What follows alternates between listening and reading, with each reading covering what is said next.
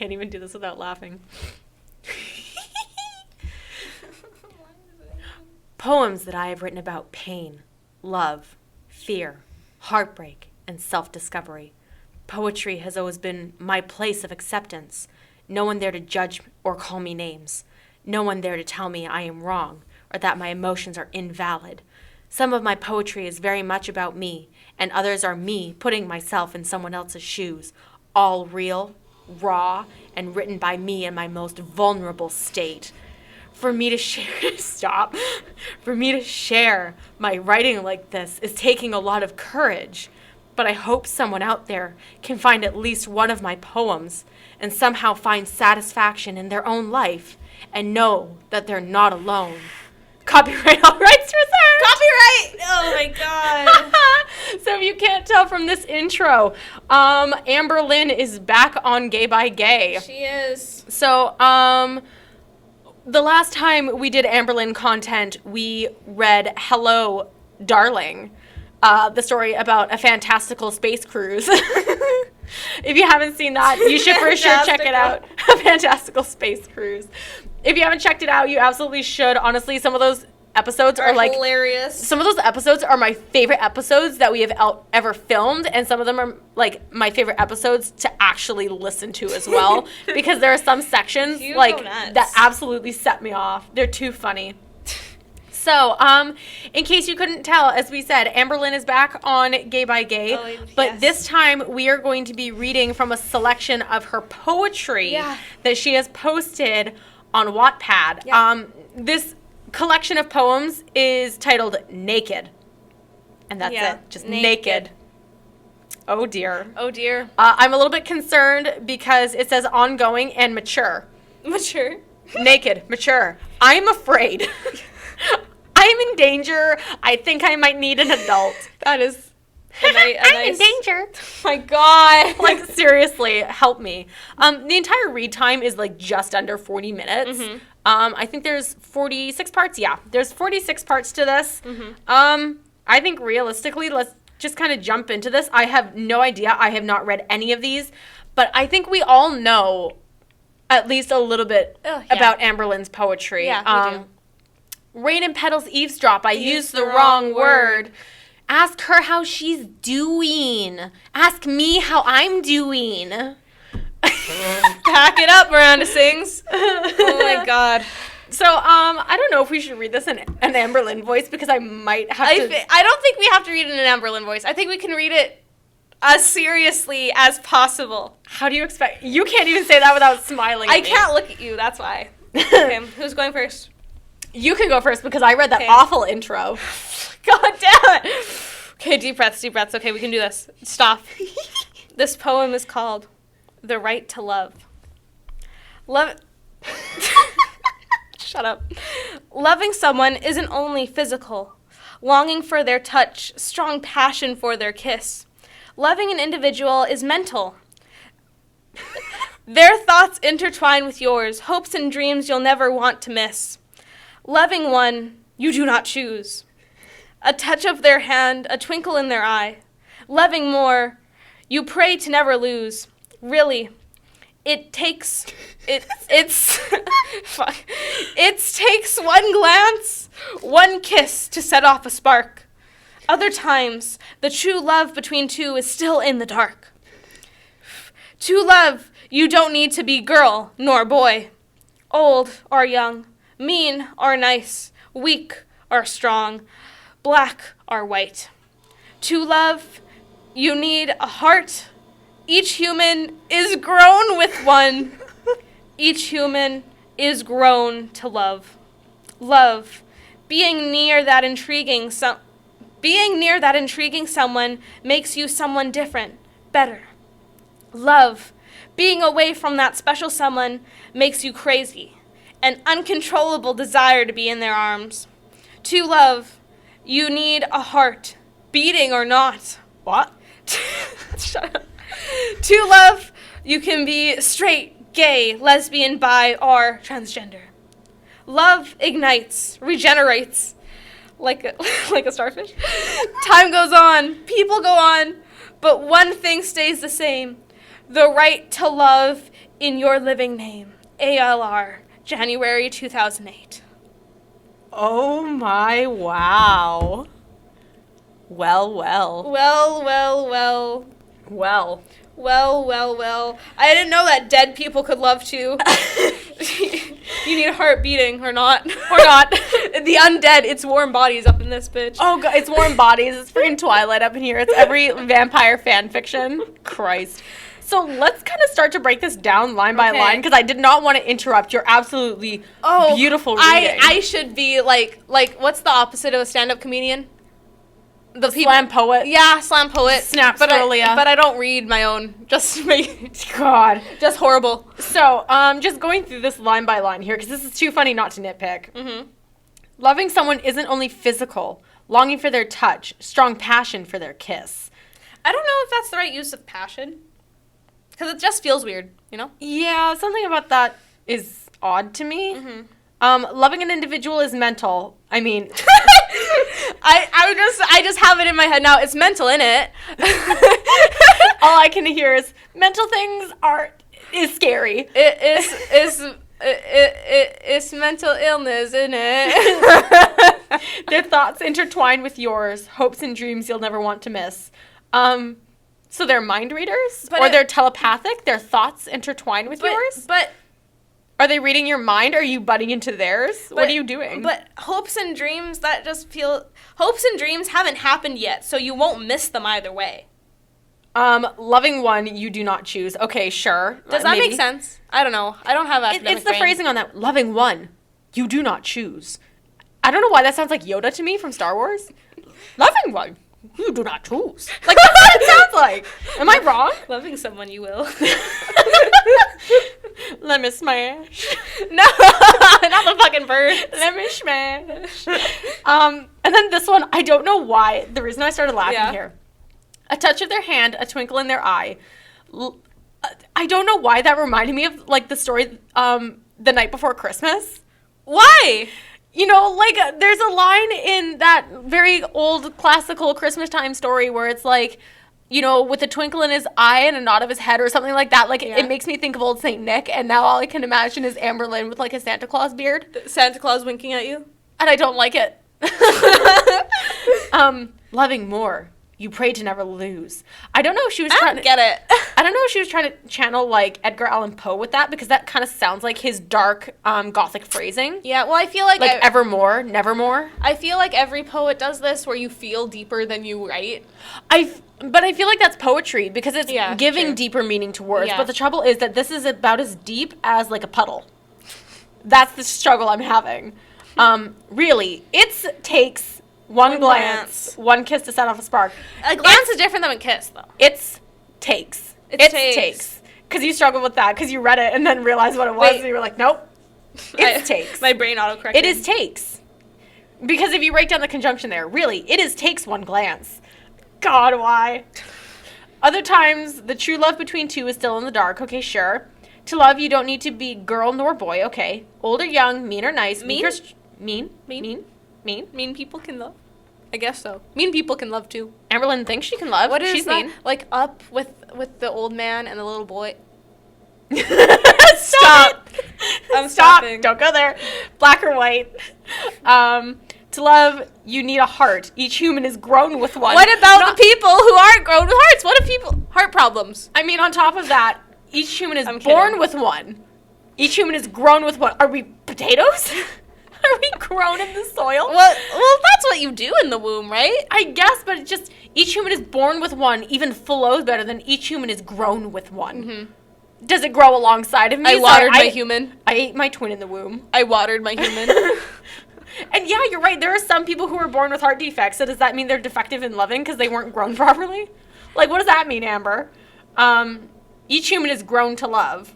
Love, being near that intriguing someone makes you someone different.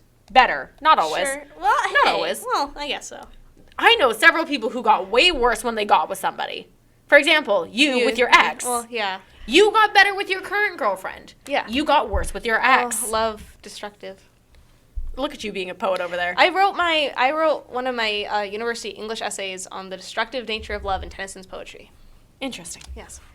Love, being away from that special someone makes you crazy. An uncontrollable desire to be in their arms. Okay. Yeah. I guess. Yeah. To love, you need a heart. What a bitch. What if I needed a heart transplant? That's not my heart anymore. Does that mean that I can't love? I don't have a heart. You have the love of another person. Aw, that's kind of cute. No, that's a good poem. Alternate universe, where people's hearts contain, like, their love and their memories, and if you get a heart transplant, you get their memories. Yeah. Oh, I love that. Yeah. Someone write a story, please. To love, you need a heart, beating or not. Corpse Bride? Zombie love. Stop. I know. Scared. I know. What do you mean? To love, you can be straight, gay, lesbian, bi, or transgender. I'm singing Born This Way by Lady Gaga in my head. Excuse that line. Oh my God, you're right. It's not exactly like that. But it nearly is. You're right. Yeah. I didn't even catch that. But also, trans isn't a sexuality, actually. I would also like to point out that I identify as toucan-sexual. Thank you. I am not listed here. What about if I'm ace? If I'm ace, can I not love? You can't love. I mean, if I'm arrow, that just kind of makes sense. Hey, that's mean. They're aromantic. But that doesn't mean they can't. I don't know. I don't know a bunch of. They go back and forth. Yeah. Some people say one thing, some people say another. But just, I'm ace, so does that mean I can't love because I'm asexual? And as I said, I am also toucan-sexual. I am not listed here. I'm offended. But you're bi, so you're half capacity. Only half of me can love. You're half capacity. Love ignites, regenerates. Regenerates? Like a starfish. Regenerates? I don't know the last time that my love for someone regenerated one of my limbs. Just like it gets shot off and I'm like, damn it, I need to find another lover. Don't remember that working. Time goes on. People go on. But one thing stays the same. The right to love in your living name. A rhyme. Amazing. What does that last line mean? The right to love in your living name? I don't know. What? But you can be dead and love at the same time. I was going to say, just because you die doesn't mean your love goes anywhere. And on top of that, am I wrong for saying that this sounds like she wrote this right after her breakup with Destiny? I can't remember what year she broke up with her in. But I feel like this is, one thing stays, like, time goes on, people go on, but one thing stays the same. The right to love in your living name. That sounds like she's like, I will always love you. Or more like, I want to rhyme.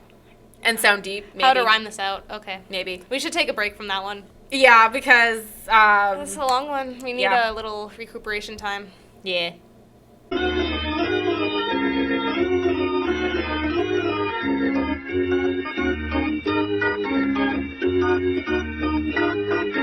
Hello, welcome back.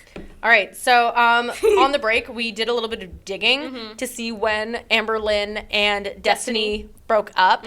Turns out, as much as I had suspicions before that first poem was written about the breakup with Destiny, it was written years before, like years. She wrote that in 2008, and she didn't break up with Destiny until 2017. So I don't even know what to say. Are we creepy for looking that up? Probably. Yeah. What's creepier is the fact that someone on the internet actually has, like, charts and stuff that list this sort of crap. Yeah. So... I'm not the obsessed one, you're the obsessed one, okay? We're all the obsessed one. So, I have the unsavory task of reading this next poem. Unsavory? We should read these in ASMR one day. No, absolutely not. That would be amazing. I would die. I would actually die. I am not looking forward to this. This is an extremely short one, but I don't want to read it, but I'm going to read it, but I don't want to read it. Read it. All right, so, desirable. Already I'm cringing. Sugar isn't sweet once your lips have touched mine. Comedy isn't funny once your jokes have reached my mind. What? Your laughter is soothing and your smile is warming. Your touch is calming and your words are loving. A lifetime is nothing but a word. Forever is nothing but a limit. Forever stops, but our love doesn't. Your beauty is indescribable, desirable. You're everything I'd wish for in a soulmate. Meeting online was nothing but fate. You are the light of my life. One day, I will call you my wife. ALR, March 2012. It's not as bad as I originally thought from the title. I like the other one better. The title scared me a little bit. I like the other one better. Honestly, not a lot to say on this one. I mean... All things considered, this is not the worst. I don't think forever is a limit, though. The limit does not exist. Stop it. I keep quoting, like, Mean Girls and Legally Blonde today. I don't know what's going on. You just feel it. Feel the need. I do. You feel the need. She doesn't even go here. Do you even go to this school? No, I'm kidding. The only really cringy thing in this, if I'm honest, because I think most of this is actually okay, like, to be well and fair. Like, this isn't just about bashing unfairly. This is about bashing what's bad. Yeah. The only one that I find really cringy is, like, the first 2 lines to me. Yeah. Sugar isn't sweet once your lips have touched mine. Comedy isn't funny once your jokes have reached my mind.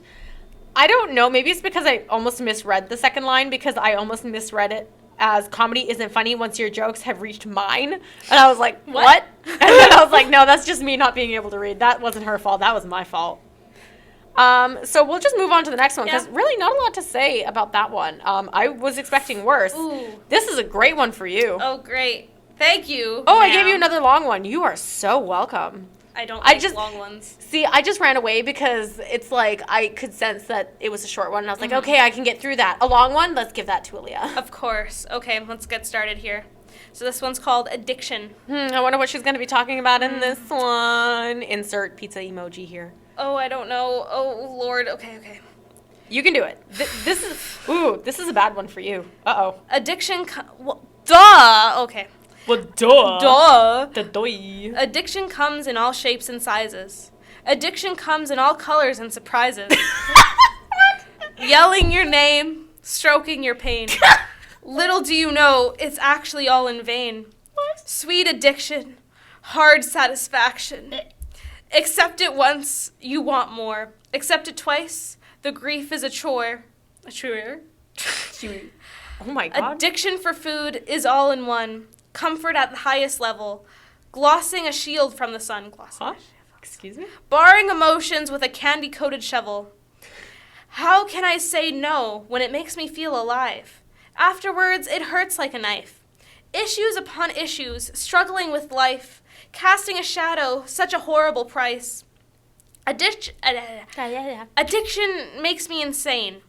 This is my world, not a game. Bitter aftertaste. Still it never goes to waste. Sorrow creeping in from temptation. Guilt eroding for no hesitation. Wanting to be free from such an addiction to me. Free like a bird, maybe a pigeon. Words dwell as I swell. Oh my God! Hoping one day I will do well. Written in a minute. Here I am sitting. Not accepting my fate, but instead planning my date. I shall be better by this time next year. Not a single doubt I cannot fear. Hoping is the end. Needing is where I began. Excuse me? ALR, June 2013. Excuse me? Oh, where do we start? Oh, no. I do want to start by saying, yes, I feel bad, food addiction, stuff like that, but... Any sort of addiction is hard, and I'm not going to make fun of her for her actual addiction here. Make fun of the shenanigans, though. So, I mean, the first line, addiction comes in all shapes and sizes. I mean, obviously, you know what she's alluding to here, and as I said, we're not here to make fun of that. She's a terrible enough person. I don't feel the need to target her for something like that. The one that gets me, addiction comes in all colors and surprises. Color? Surprise? I guess surprises, maybe like birthday cake and shit. Maybe she really is just referencing food there. Maybe that just went over my head. Maybe. Okay, but that makes sense for colors, but surprises? I don't know. Food surprise? Surprise food? What? Yeah. Well, I don't know. Surprise butt sex. That's not good, Abby. Yelling your name. So, okay, wait. If we're talking about food, we're yelling food's name? I guess so. Chicken nuggets! I thought this was going to be like a sensual poem when I read the first 4. That's kind of the way I was like, is this 50 Stroking Shades? your pain. We stroke the food? Stop. No, your pain. The food strokes your pain. Oh. Maybe. I don't know. Maybe. Maybe the food yells your name too. Oh, maybe that makes... If you flip that around, okay, maybe. Sweet addiction, hard satisfaction just makes me cringe from like an ace perspective, just because that is not a good line. Yeah. Accept it once you want more, makes sense. Accept it twice, the grief is a chore. That's how you spell that, isn't it? Or am I just dumb? Maybe that is how you... I think that's how you spell It's a churro. I don't know why the word chore looks weird to me. It looks weird. Should I Google it? I think that's right. I think we're just both dumb. I think the brain's just... I don't know what it is. It just doesn't look like a word to me. Yeah. I don't know. Addiction for food is all in one. The one that's getting me, except it twice, the grief is a chore. I mean... that's not chore. Losing weight is hard. Yeah, but grief is a chore. I don't know that I would ever describe grief that way. It is a chore. I think she was just desperately looking for a rhyme. I think it would have had more impact if it wasn't rhymed and just had like a word that made more sense there. Okay, comfort at the highest level. Glossing a shield from the sun. Does that make sense? Sunscreen? Glossing a shield from the sun? Is that a verb? In that context? No. Okay. Does your hair shine in the breeze? No, does your hair glisten in the breeze? Does your hair... The breeze is not a light source. I'm just very confused. Glossing a shield from the sun so the food gives you shade?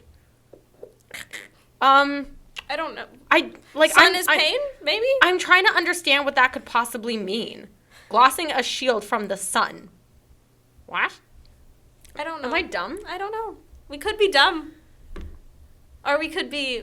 Oh, let's go on land. No. Why? The sun is a deadly laser. Oh, okay. Not anymore. There's a blanket. Like, is that what we're talking about? In case you didn't know, we were referencing Bill Wurtz's The History of the Entire World. I guess. Very good video. I actually watch that several times a year because it's so damn funny and there are so many good jingles. Listen to his stuff. His songs are great. One day we should try to just, like, say the entire history of the world, I guess, from memory. Oh, my God. I would... Oh, I would do that. You would do it? So much. I would do that so much. Okay, afterwards it hurts like... no. Bearing emotions with a candy-coated shovel.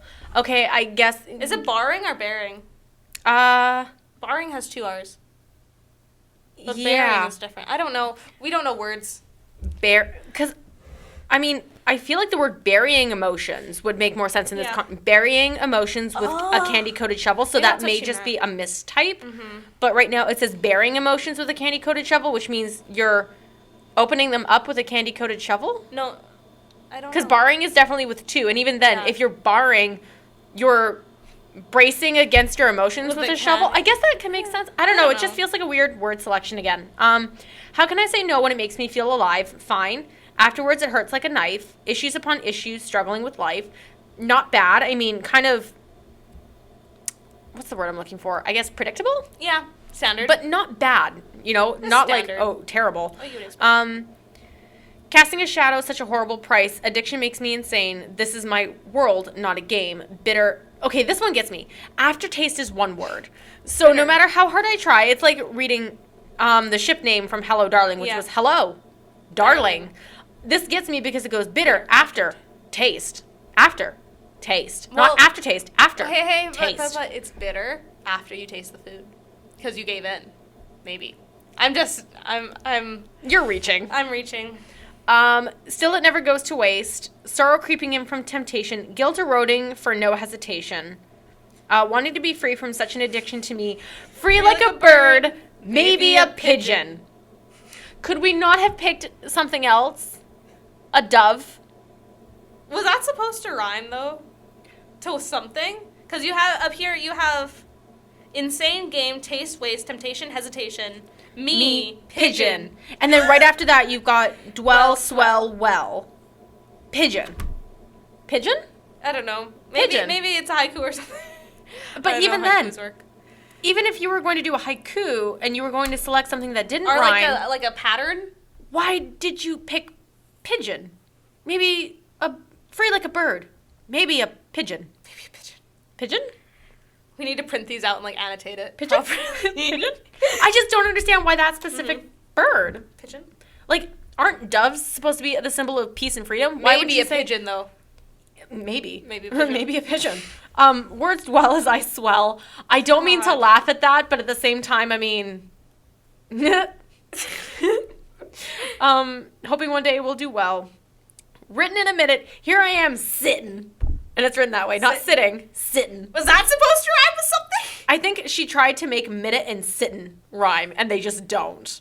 Yeah. Even if you do it with a horrible southern accent. written in that no, that's not Don't. What is the Southern accent? I don't know. Written in a minute. Here I am sitting. Maybe in a bad Southern accent, it does rhyme a little bit, but definitely not in real life. Not accepting my fate, but instead planning my date. I shall be better by this time next year. Not a single doubt I cannot fear. Isn't that a double negative? Maybe there needs to be a comma there. Not a single doubt. I cannot fear. That would make more sense, but with the way it's written, not a single doubt I cannot fear. I feel like that's a double negative. Yeah. Hoping is the end. Needing is where I began.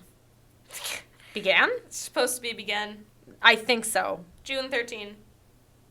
I guess. There's a couple of lines in there that are a little questionable. If I had to rate this one, okay, hold on. Let's go back and rate the other ones too. First one out of 10. I like that one a little bit. Maybe do you even remember it? Barely. I'll say. Wait, are you rating it like out of quality or out of worst? Let's rate it 10 being like the best poetry you've ever read. 10 is like Edgar Allan Poe. Get this in a publisher's hands. It needs to be read by the masses to be appreciated for the art that it is. And 1 being like a, did you even go to school? Do you even know how to write? I have to. What was the first one called? You don't even remember? No, don't even remember. The Right to Love. I mean, it's obviously forgettable. She did say gay rights. Okay. So maybe 5. I'm gonna give it like a 3. Okay. Next one, because I know you like the next one better. I would give Desirable. Again, it's not quite what I thought it was going to be. It wasn't terrible. No. There wasn't a lot I could say about that one, so I would give that one like a 5. 5.5 maybe? I would give this one a 3. Oh, really? Well, okay, listen. As a long-distance lesbian who writes poetry for their girlfriend, she writes worse than me, and I think I write badly. Oh. So. That's fair. And then this last one out of 10. What do you think? It has some substance to it. I think I'll give it a 6. I was gonna say I'll give it a 5 just because there are some questionable ones in here. Like a pigeon? Maybe a pigeon. But it's comedic relief. But in something so serious and heavy that you can tell it's supposed to be serious and heavy. Where is why? Yeah. And again, just going from forced rhymes to things that don't even rhyme. So like she was so desperate for a rhyme that she tried to rhyme minute and sittin'. But then she just decided after, insane, game, taste, waste, temptation, hesitation, me, pigeon. What? I don't know. So I'm only going to give that one a 5. Again, the content isn't bad. It's the writing that got to me on that one. All right. Guess we should end it there. Yeah, that's where we'll leave you off on this one. So there are the first 3 ALR poems out of her Naked collection. Feel free to rate them yourself. Absolutely. Let us know what you think. Maybe we're just being We might just be dumb, too, honestly. I mean, that's a very high possibility. I did very well in English in high school, but I cannot say that poetry has ever been my thing, although I can appreciate me some Edgar Allan Poe. I like poetry. You do, so it'll be interesting to get your take, because already you're rating these a lot higher than I am. So. Yeah. All right, that's it for this episode. See you later. Say gay bye gay, guys. Bye.